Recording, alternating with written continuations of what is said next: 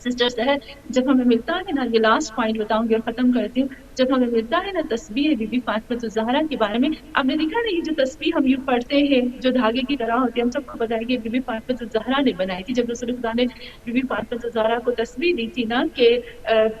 34 Times 34 دفعہ اللہ اکبر پڑھنا ہے، 33 دفعہ الحمدللہ اور 33 مرتبہ سبحان اللہ پڑھنا ہے، تو بی بی فاطمہ الزہرا نے ایک ریشمی کالے دھاگے کے ساتھ ایسی گرہ لگائی تھی، اور پھر جب وہ پڑھتی تھی اس گرہ کے ساتھ کاؤنٹ کرتے تھے. لیکن جب حضرت حمزہ شہید ہوئے تو بی بی فاطمہ الزہرا ہمیشہ حضرت حمزہ کی زیارت کے لیے جاتی تھی، اور پھر حضرت حمزہ وہاں سے مٹی اٹھائی اور پھر اس مٹی سے وہ تسبیح بنائی گئی تھی. تو ہم نے دیکھا کہ جنگ احد کے جو پوائنٹس ہیں اور جنگ بدر کے پوائنٹس ہیں، ان سب کو ہمیں جمع کرنا چاہیے اور ہمیں اس میں سے ایک رزلٹ نکالنا چاہیے کہ آج دشمن ہمارے اوپر کس طرح سے کام کر رہے ہیں، کیسے کیسی چیزیں ہمارے سامنے وہ پھینک رہے ہیں کہ ہم ان پہ گر پڑے اور وہ پھر پیچھے سے ہمارے اوپر حملہ کرے. تو ہمیں اس چیز کو جاننا چاہیے اور دشمنوں کی جو چالیں ہیں اس کو بھی سمجھنا چاہیے. یہ پہلے سے ہی ہمیں انبیاء رسول خدا نے بتا دی، قرآن نے بتا دیا. مقصد ہمارے پاس 5 منٹ ہیں ابھی، اور میں یہ پوچھنا چاہتی تھی کہ اس وقت اگر ہم فلسطین کی جنگ کے تناظر میں اس کو دیکھیں تو کیا ہم کہاں کھڑے ہیں؟ وہ جنگیں جو رسول پاک صلی اللہ علیہ وسلم نے لڑیں اور اس وقت کے صحابہ کرام نے لڑیں، تو کیا ہمارا اس وقت کیا ہمارا سٹانس ہونا چاہیے، کہاں ہمیں کھڑے ہونا چاہیے؟ جی سسٹر سہر، اگر ہم دیکھیں نا کہ رسول اللہ صلی اللہ علیہ وسلم نے جو جنگیں لڑی اس میں جو کامیابی ہوئی یا جو کامیابی ہوئی، ان سب چیزوں کو اگر ہم مد نظر رکھ کے ہم جب دیکھتے ہیں نا تو کچھ خاص چیزیں ہمیں نظر آتی ہے. سسٹر سہر، آج ہم نے فلسطین کو اکیلا کر دیا، سب پوری دنیا نے فلسطین کو، ابھی میں خود پتا نہیں یہ بات سچ ہے یا جھوٹ ہے مجھے نہیں پتا، لیکن میں وہ اس دن دیکھ رہی تھی کسی پوسٹ میں آیا کہ فلسطین کے نقشے کو گوگل نے ہٹا دیا ہے، نقشے سے ہٹا دیا ہے فلسطین کو. تو میں عجیب ہو گئی، مجھے بہت تکلیف ہوئی اس چیز کی. تو ہم مسلمان کہاں ہیں؟ وہی آتا ہے کہ آج بھی اگر مسلمان جو محمد صلی اللہ علیہ وسلم نے اختیار کی تھی وہی دنیا کی چمک دمک کو چھوڑ دے اور وہی پیٹ کی جو پوجا ہے وہ حرام چیزوں کے پیچھے چھوڑ دے، یا اگر ہم دیکھیں کہ یونٹی بن جائے اور وہ ڈر اور خوف جو ہے وہ اپنے دلوں سے اپنے دماغ سے نکال دے اور مسلمان اور بھائی چارے کے پیچھے بھاگے، تو آج بھی ہم فلسطین کی مدد کر سکتے ہیں. سسٹر سرا، فلسطینی کوئی اور نہیں ہے، یہ بھی ہمارے کلمہ گو بھائی ہیں. تو کیا ہم کہتے ہیں محمد صلی اللہ علیہ وسلم ہماری گردنیں نہیں پکڑیں گے؟ کس کی گردن نہیں پکڑیں گے؟ آج ہم اچھے سے کھاتے ہیں، پیتے ہیں، سب کچھ کرتے ہیں، اور ان کے بچے روتے ہیں، چیختے ہیں، بلکتے ہیں، ان کو مارا جاتا ہے. پتہ نہیں یہ کون سی انسانیت ہے، یہ کیسی انسانیت ہے. میں ہمارے پاس شاید اتنا ٹائم نہیں ہوگا، لیکن ایک چیز ہے کہ جب رسول خدا صلی اللہ علیہ وسلم معراج پر گئے تھے نا، تو ایک عورت کو دیکھا کہ وہ جہنم میں جل رہی ہے. تو رسول خدا نے خدا سے پوچھا کہ یا اللہ، یہ عورت تو بہت مومنہ ہے، میں اس کو جانتا ہوں. تو خدا نے کہا کہ اس نے ایک بلی تنگ کرتی تھی، اس نے اس بلی کو قید کر دیا اور اس بلی کی آہ عرش پہ گئی. اب دیکھیے، اور ایک عالم کے بارے میں ملتا ہے کہ عالم کے لیے قبر میں فشار قبر ہوا. کیوں فشار قبر ہوا ایک عالم کو؟ کیونکہ جب اس نے پوچھا کہ میں نے زندگی میں کوئی گناہ نہیں کیا تو میرے اوپر یہ کیوں ہو رہا ہے، تو اس کو بتایا گیا کہ کچھ بچے تھے ایک کتے کو تنگ کر رہے تھے اور تم پاس میں سے گزر گئے، تمہیں پتہ ہی نہیں چلا، اس کتے کو تم نے کیوں نہیں بچایا. وہ کتا چیخ رہا تھا، چلا رہا تھا کہ مجھے بچا. بچے تھے نا وہ، تو چھوٹے بچوں کو تو اتنا نہیں پتا کہ تم نے اس کتے کی مدد کیوں نہیں کی. ایک کتے کی مدد پہ فشار قبر ہو سکتا ہے، ایک عالم کو تکلیف دی جا سکتی، حساب لیا جا سکتا ہے. تو ایک سسٹر سہر، کیا انسانیت ختم ہو رہی ہے؟ اس پہ حساب نہیں ہوگا. آج ہم سب کی بہت بڑی ذمہ داری ہے کہ وہی جو ہم نے ہمارے پیٹ میں جو حلال نہیں ہے، شاید اس کی وجہ سے، یا ہم اتنے خود غرض ہو گئے ہیں، یا تو پھر ہم جو ہے وہ ڈر پوک ہو گئے ہیں، یا ہمیں اپنی ذات سے عشق ہے، یا تو ہم صرف نام کے مسلمان ہیں. لیکن ان سب چیزوں کا حساب تو ہوگا.